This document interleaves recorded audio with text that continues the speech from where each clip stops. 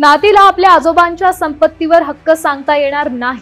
आजोबांच्या संपत्तीवर नातवंडांचा जन्मसिद्ध हक्क होऊ शकत नाही असा महत्त्वपूर्ण निर्वाळा उच्च न्यायालयाने दिलाय।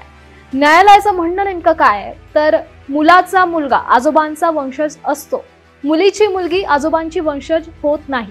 नातीचा आजोबांच्या संपत्तीवर जन्मसिद्ध हक्क होऊ शकत नाही असं न्यायालयानं नमूद केलंय। पण झालंय का, नेमकं प्रकरण काय ऐका। एका आजोबांना 4 मुलं आणि 4 मुली आहेत। यातील एका मुलीच्या मुलीने कोर्टात याचिका केली आहे आणि माझ्या आईने तिच्या वडिलांच्या संपत्तीवरील अधिकार सोडलेला नाही, त्यामुळे मलाही या संपत्तीत वाटा हवाच आहे अशी मागणी या नातीने केली। न्यायमूर्ती शैलेश ब्राह्मणे यांच्या एकलपीठाने हा दावा फेटाळून लावलाय। वडिलांच्या संपत्तीवर मुलगा किंवा मुलगी दावा करू शकते तसा कायदा आहे। नातीने आजोबांच्या संपत्तीवर अधिकार सांगावा असा कोणताही कायदा अद्याप नाही असं न्यायालयाने स्पष्ट केलं।